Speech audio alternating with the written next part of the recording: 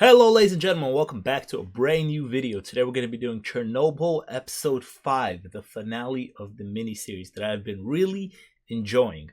Now before we get started, make sure to leave a like and subscribe. I'd really appreciate that. And leave your thought down in the comments. What did you think about this entire show? Let's have a discussion about that. I would love to talk to you. And last episode, episode 4, I thought was actually probably my favorite episode so far. There was like really well done patience in that episode being showed, and also intensity. However, we also got a bunch of answers about what, they said that they pressed AZ or AZEC. I always forget. The button that they were supposed to press to stop the explosion from happening, but that actually caused the explosion. So now we know the truth, but now we have to see if our characters who know the truth of what exactly happened are going to tell the truth when asked upon it. I guess the biggest thing that I'm wondering to see is where Legasov's story is going to go at the end of this, because it started, this entire show started with him committing suicide. So here we will see what eventually led him to that. But I'm going to stop wasting time and let's go ahead and jump into Chernobyl. This is Pripyat before the explosion. Oh, what if they do like a hard cut just to an empty Pripyat? It's so sad, man. Just so sad. Oh yeah, this is oh damn, there's all of them. Preparations for the test have gone smoothly. Comrade Dyatlov's been working per my instructions, and Reactor 4 output's been reduced to 1600 megawatts. Dude, only 12 hours away from one of the biggest disasters in human history. So do we have to scrap it or what? No, I don't think so. Well, if we need to wait 10 hours, we wait. He's got people following him already. At last, a Soviet scientist who tells the truth. Obviously, I resent the insinuation, but I think it's fair to say you made an excellent... Oh, the conference already happened. Okay. That Chernobyl was solely the result of operator error, which it essentially was. So he went with the lie. Okay. Hero of the Soviet Union. Our highest honor. Promotion to director of the Kurchatov Institute. Well, at least he got some upgrades. But at what cost? The reactors would be made safe. It's been months. No changes have been made. No changes even discussed. First, the trial. Dude, take care of the reactors, my guy. Ooh, that reminded me of the opening shot of the show. The state will never willingly fix the reactors because acknowledging the problem means admitting that they lied. They will have to be forced. I mean, there's no way these idiots are waiting for another one of these problems to happen. You're going to convince a jury. It's a show trial. The Central Committee have invited members of the scientific community to observe the trial. Do you know what happened to Volkov, the man whose report you found? We just removed him from his position at the Institute. And did they remove him from life? Because of some heroic stance I take in defiance of the state? Yes, Why? because you're Valery Legasov and you mean something. You're that guy. Let's go. I went willingly to an open reactor. So I've already given my life. Yeah, that's the thing. You're dying, and you know you're dying. He knows that he's dying. I'm sorry, but so it might is as not. well, right? It's either a bullet or cancer that's gonna take you out, dude. But the thing is, we know it's not gonna be a bullet. It's not even known as Pripyat anymore. It's just City of Chernobyl. Viktor Brukhanov, Anatoly Dyatlov. Dyatlov is still alive. So, if they find them guilty, what are they going to do to them? Are they going to kill them? Just like a death penalty? For the 3 of them? Why was there need for a safety test at all? Yes, that's what I'm wondering. Reactor number 4 was not new when the accident occurred. Comrade Brukhanov was awarded Hero of Socialist Labor. Comrade Famin was awarded for valorous labor. Oh, so they got all these awards, but they rushed the process. All safety tests had to have been successfully completed, and yet one remained. Nuclear reactor generates heat in the core here. He's so knowledgeable now in all of it. Any questions? That was a nice little detail. Bro is sick. But a test is only as good as the men carrying it out. And they are idiots. The 3rd time they tried, they failed. The 4th time they tried was April 26, Dude, they tried this test 4 times? Yeah, I mean, so they are in major, major trouble. However, there is an extra part to it. To understand what happened that night, we have to go back 10 hours earlier. April 25th, the day the test was meant to take place. Power grid officials in Kiev say that they cannot afford a further reduction in electricity until after midnight. They are asking for a 10-hour delay. This is the first critical moment. At midnight, there is a shift change. Okay, dude, this is bad. They're like...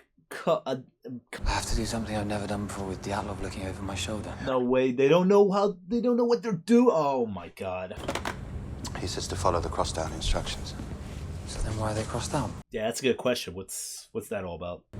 Is it too much to ask that you all know what you're doing? Well, yes, absolutely. Oh my god, he was just about to say, bro, I don't know. We only just found out we're there, review it. Or you can just do what I tell you. Being even you, stupid as you... This guy's a fucking asshole. I want you to think of Yuri Gagarin. Oh, the spaceman. I want you to imagine that all he has is a list of instructions that he has never seen before, some of which have been crossed out. Well, that would be bad, wouldn't it? Is Legasov now up to explain the science part? Will he tell the truth? Ooh, I love the camera work here on this. Because he's probably feeling completely dizzy in his head right now. Like, I'm pleased to see some of my colleagues here from the Kurchatov Institute and Minenergo. Okay, so that's them. I was wondering why they were focusing so much on them. There are essentially 2 things that happen inside a nuclear reactor. The reactivity which generates power either goes up or it goes down. In an RBMK reactor of the type used at Chernobyl, there's something called a positive void coefficient, which means more heat, which means more steam, which means... Just a cycle. Yeah. Control rods and water reduce it. Steam increases it. The rise in temperature reduces it. Okay, I'm following. Good diagram so far. We're starting to lose balance. Okay. At 28 minutes past midnight... He's not okay. Okay, very slow now. Let's ease it down to 700. Oh, we're at 500. We are dropping. We're supposed to go down 700. Click the button. Oh, wait, no, don't click the button. What am I saying? I just know they're going to do it. Right, switch off local automatic control. Go to global. Leonid. LAC disabled, global control activated. Ooh, it's dropping fast. How the fuck did you get this job? Comrade Dyatlov. You're gonna tell me that you did everything right again, you incompetent arsehole? I apologize for this. Well, Dyatlov, go fix it, since apparently you know everything. No. Well, we could be in a Xenon pit. We have to shut down, wait 24 hours. No, we're doing the test tonight. Raise power to 700. Oh, it's fucked. It's over. I won't do it. It isn't safe. Dude, you gotta shut her down at this point. Disagree, then you don't have to work here, and you won't. But not just here, you won't work at Kursk or Ignalina or Leningrad or Novovoronezh. It's crazy though, because if they shut it down, they save everything, or I assume they'll save everything. Then nobody will know that they saved everything. People would just be like, okay, they shut it down, it's all fine, nothing. They wouldn't have known that they prevented something. They wouldn't have gotten like a hero medal or nothing. They would have just lost their jobs. I wasn't in the room when they raised the power. You're just gonna lie now? Legasov. We just saw dramatized fake footage of you being in there. The toilet. The toilet. Court is now in recess, 30 minutes. I can't believe Dyatlov excuse was, I wasn't there, I was taking a shit. I was not there. And then they were like, bro, we caught you in 4K. You were there. I just noticed Mickey Mouse just standing there. Or a mouse, I guess. Dead Jews, dead Poles. But not them. It's now soaked in radiation. No one ever thinks it's going to happen to them. Yeah. But they both know. They're both going through it together. Time passed and I thought it wouldn't happen to me. I wasted it. I wasted it all for nothing. It's not for nothing. You guys saved people. They told me they were putting me in charge of the cleanup. You know why? Because they put you in charge. I'm an inconsequential man, Valera. That's all I've ever been. I just stood next to people who did. I really have enjoyed the evolution of their relationship this series. Everything we needed. Men, material, lunar rovers. You made it all happen, man. Of all the ministers and all the deputies, the entire congregation of obedient fools, they mistakenly sent the one good man. I love that. You were the one who mattered most. They mistakenly sent the one good one. Life, you know, life. Yeah, Boris was beating himself up, but I like that Legasov helped him see that, nah, man, you were actually a huge part in this, and the cleanup was a huge part of it all, and you helped. You helped. It wasn't for nothing. They begin pulling control rods out. Dozens at a time. Halfway out, 3/4 of the way out. 205. Remember, control rods are the brakes on this car. The emergency system has been disconnected. The only thing keeping the reactor in check is water and xenon. It's 1 in the morning. The test is minutes away. Here we go. It's about to go kaboom. That's all we have, that's all we have. But the test requires 700. Steliachuk, let's get ready. Switch on pump 4. No. Dude, you need 700. What are you talking about? Main pump 4 connected. We should warn Herdomchuk, the pipes are going to be jumping. Never mind him. Kirschenbaum. The power was too low, the water was too high. The test was already ruined. The results would have been useless. Dyatlov is really, like, the worst. The mechanical engineer is in his office. Garavozchenko, reactor section foreman, is in the refueling hall, high above the 1,000-ton steel reactor cover. Bro's about to... Oh, no. Well, of course it's saying that. It doesn't know we're running a test. Oh, my God. This guy is so frustrating, dog. We did everything right. Ooh, that's a haunting line, because they said that after the explosion to each other over and over. Steam increases reactivity. Uh-oh. Increases We're getting heat, red. Increases steam. Increases reactivity. In every control room of every nuclear reactor in the world, there is a button with one single purpose. To scram or instantly shut down the reaction. What are you waiting for, Legasov? Tell your lie. Stay there! Shut up! Will... I haven't finished. Okay, good. We still have more evidence to give. Let's go. It's not necessary. Nope, it's not. Tomorrow... Let him finish. Oh, Comrade Sib... when Stellan Skarsgård gets up, you listen. Again, like, they both know they're dead already. They both have cancer. It's fucked. Like, might as well. Dyatlov broke every rule we have. He did these things believing there was a failsafe. AZ-5, a simple button to shut it all down. But for the same reason, we are the only nation that builds water-cooled, graphite-moderated reactors with a positive void coefficient. It's cheaper. Ooh. Jesus, the insults have begun. Perevoschenko looks down on the enormous steel lid of the reactor and sees the impossible. Dude, that has to be so scary. 3,200 megawatts went beyond 33,000. Ah! No. God damn. Explosion. In the instant the lid is thrown off the reactor, oxygen rushes in. Again, great filmmaking, but wow. Look at all that graphite. Glow, just straight glow. And this is where the first episode basically started. No one in the room that night knew the shutdown button could act as a detonator. Because it was kept from them. Ooh. The testimony in Vienna was a lie. Ooh, no way he's coming out of all this. You're treading on dangerous ground. I've already trod on dangerous ground. We're on dangerous ground right now. Yeah, like, what the fuck are you talking about? Every lie we tell incurs a debt to the truth. Sooner or later, that debt is paid. Ooh. Whew. That is how an RBMK reactor core explodes.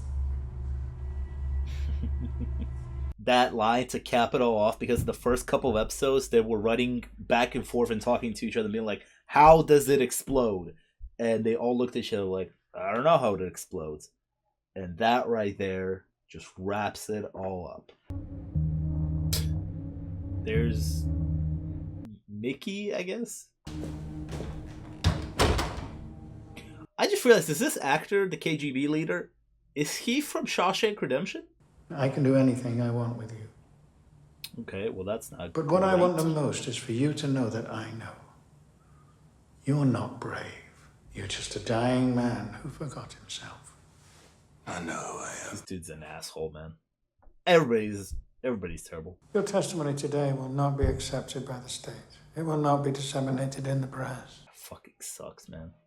You keep your title and your office, but no duties, no authority. No one will talk to you. No one will listen to you. Lesser men will receive credit for the things you have done. That's so heartbreaking. You will not meet or communicate with either one of them ever again. Oh, damn. You will not communicate with anyone about Chernobyl ever again. But when you finally do die, it will be exceedingly hard to know that you ever lived at all. Damn, fuck. That's heartbreaking, dude. I gotta find some like real life things about this. Why worry about something that isn't going to happen? Oh, that's perfect. They should put that on our money. I'd study up on like the real life Legasov first of all, but also just this real life event, because now I'm really curious about how, like, what they did to this man's legacy and how true this is, or how dramatized this is. It's just like, I would like there to be some sort of a happy ending, but I just don't see it. How the only happy ending that I would see is for them to clean up his legacy so everybody knows what he did. I guess we know maybe through the show. The truth doesn't care about our needs or wants. It doesn't care about our governments, our ideologies, our religions. This, at last, is the gift of Chernobyl. Where I once would fear the cost of truth, now I only ask, what is the cost of lies? Oh, interesting. Oh, wait, hold on. Let's just pause this shit. Let's read it. Valery Legasov took his own life at the age of 51 on April 26, 1988, exactly 2 years after the explosion at Chernobyl. The audio tapes of Legasov's memoirs were circulated among the Soviet scientific community. His suicide made it impossible for them to be ignored. Bro put it all out there, man. In the aftermath of his death, Soviet officials finally acknowledged the design flaws of the RBMK nuclear reactors. Man, I mean, he put his life out there and got them to change all the reactors to prevent this horrible tragedy from happening ever again. Legasov was aided by dozens of scientists who worked tirelessly alongside him at Chernobyl. Pamyat was created to represent them all and to honor their dedication and service to truth and humanity. Oh, okay. That makes sense, because, yeah, there would have been tons of scientists working with him at Chernobyl, but we majority just saw him and Boris at there with some generals coming in and out here and there. But taking like a group of scientists and putting them into one character that is Yulana, I think it's great to just focus in the show. Boris Sherbina died on August 22nd, 1990. So he lived 2 more years than Legasov. 4 years and 4 months after he was sent to Chernobyl.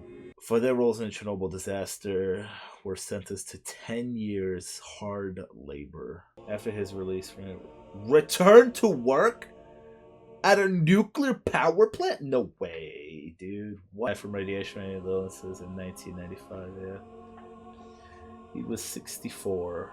The firefighter's clothing still remain in the basement of Pripyat hospital. It is dangerously radioactive to this day. Following the death of her husband and daughter. Oh, so she was real. Yeah, that's what I was wondering the whole time. Suffered multiple strokes. Doctors told her she would never be able to bear a child. They were wrong! Victory! She lived a small victory. Let's go! 400 miners worked around the clock for 1 month to prevent total nuclear meltdown. It is estimated that at least 100 of them died before the age of 40. It has been widely reported that the 3 divers who drained the bubbler tanks died as a result of their heroic actions. So, in fact, all 3 survived after the hospitalization. Over 600,000 people were considered to serve in the exclusion zone. There's a story that somebody in the family told me when I was talking to them about this show, how one of my dad's sister's husband, who I have very little recollection of when I was a kid, he apparently was like one of the people sent to Chernobyl with like a bunch of soldiers to go help and clean up and all of that.